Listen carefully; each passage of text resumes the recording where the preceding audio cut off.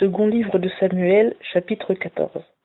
Alors Joab, fils de Tseruja, connaissant que le cœur du roi se rapprochait d'Absalom, envoya à Tekoa et fit venir de là une femme habile et lui dit : Je te prie, mets-toi en deuil, revêt-toi d'habits de deuil et ne t'oins pas d'huile, mais sois comme une femme qui depuis longtemps pleure un mort. Puis entre vers le roi et tiens-lui ses discours. Et Joab lui mit dans la bouche ce qu'elle devait dire. La femme técoïte parla donc au roi. Elle se jeta le visage contre terre et se prosterna et dit : Ô roi, aide-moi. Et le roi lui dit : Qu'as-tu ? Elle répondit : Ah, je suis une femme veuve et mon mari est mort. Or ta servante avait 2 fils qui se sont querellés dans les champs. Il n'y avait personne qui les séparât. Ainsi l'un a frappé l'autre et l'a tué.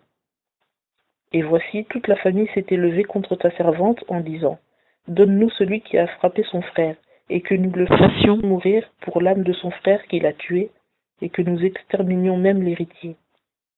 Et ils veulent éteindre le charbon vif qui m'est resté, pour ne laisser à mon mari ni nom ni survivant sur la face de la terre.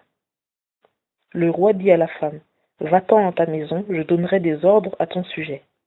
Et la femme técoïte dit au roi : Mon seigneur et mon roi, que l'iniquité soit sur moi et sur la maison de mon père, et que le roi et son trône en soient innocents.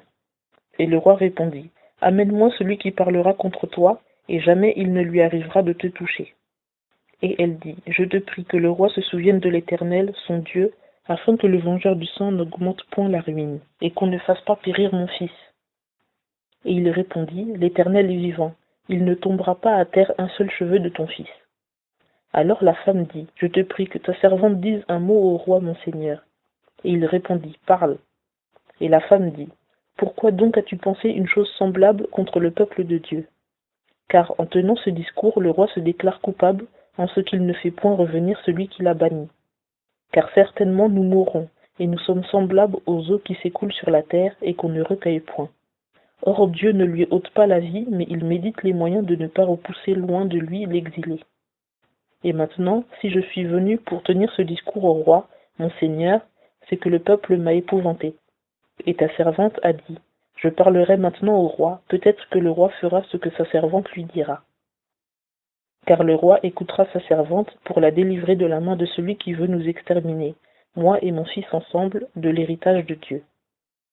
Et ta servante a dit : Que la parole du roi, mon seigneur, nous donne du repos, car le roi, mon seigneur, est comme un ange de Dieu pour entendre le bien et le mal. Que l'Éternel, ton Dieu, soit avec toi. Et le roi répondit et dit à la femme : Ne me cache point ce que je vais te demander. Et la femme répondit : Que le roi, mon seigneur, parle. Et le roi dit : N'est-ce pas Joab qui te fait faire tout ceci ?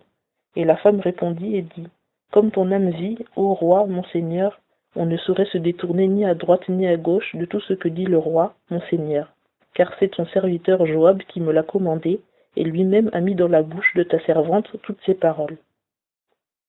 Ton serviteur Joab m'a fait donner ce tour à mon discours.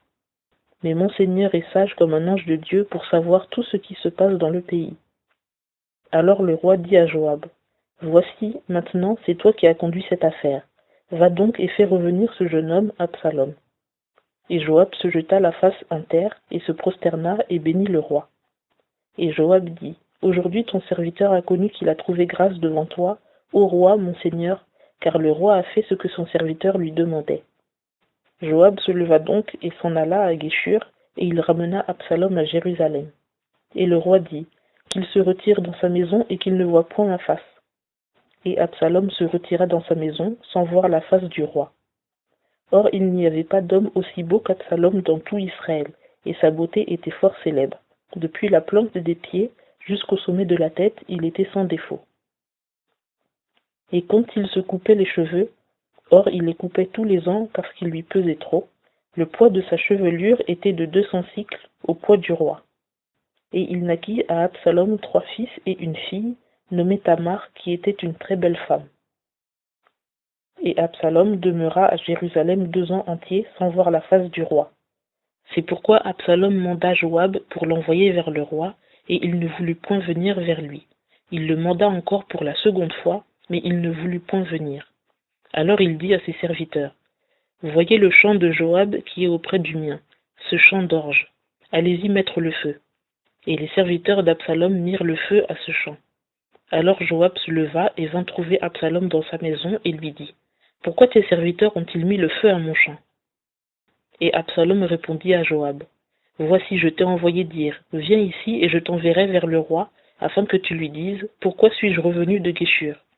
Mieux vaudrait pour moi que j'y fusse encore. Maintenant donc que je vois le visage du roi, et s'il y a de l'iniquité en moi, qu'il me fasse mourir. Joab vint donc vers le roi et lui fit ce rapport. Et le roi appela Absalom, qui vint vers le roi, et se prosterna le visage en terre devant lui, et le roi baisa Absalom.